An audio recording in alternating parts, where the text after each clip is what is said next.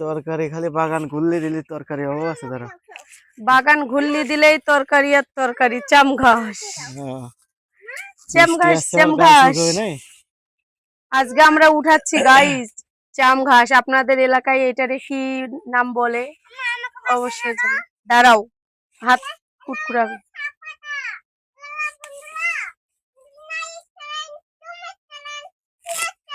হ্যাঁ,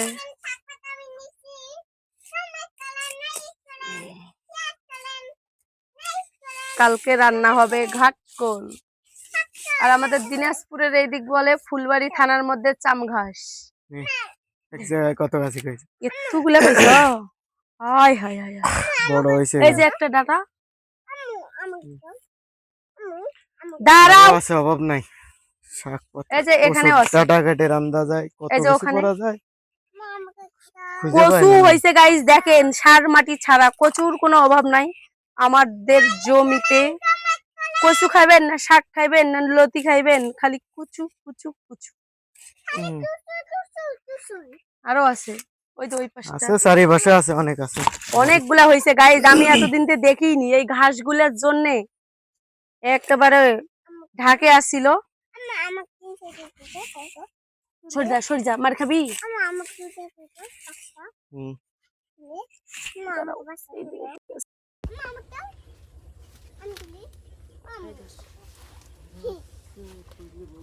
একবারে টাটকা সার মাটি ছাড়া অর্গানিক সার। হ্যাঁ, কমেন্ট করবেন। এখানে আরো আছে, অভাব নাই।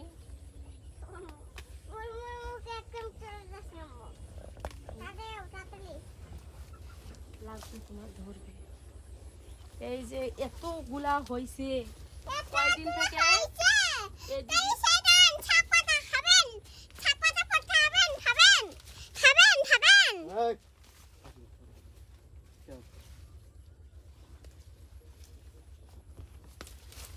কয়দিন থেকে এই পাশে আমরা আসিনি আর এগুলা দেখতেও পাইনি গাইজ। আজকে যেহেতু দেখছি খাবো।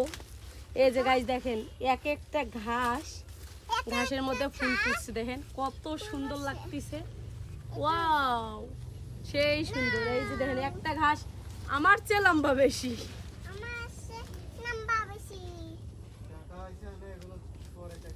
ওই পাশে দেখা যায় দেখা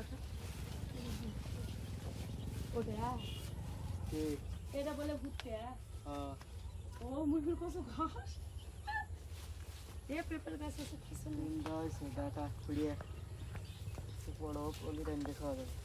এখানে। এই যে করা হয়েছে দেখছো, এই যে এখানে একটা, এখানে একটা, এখানে একটা। গাইস, বাড়িতে থাকা যে কি শান্তি। নিজের বাড়ি, নিজের ঘর, নিজের জমিতে যত শাক পাতা আছে এগুলাই খাই শেষ করতে পারবো না।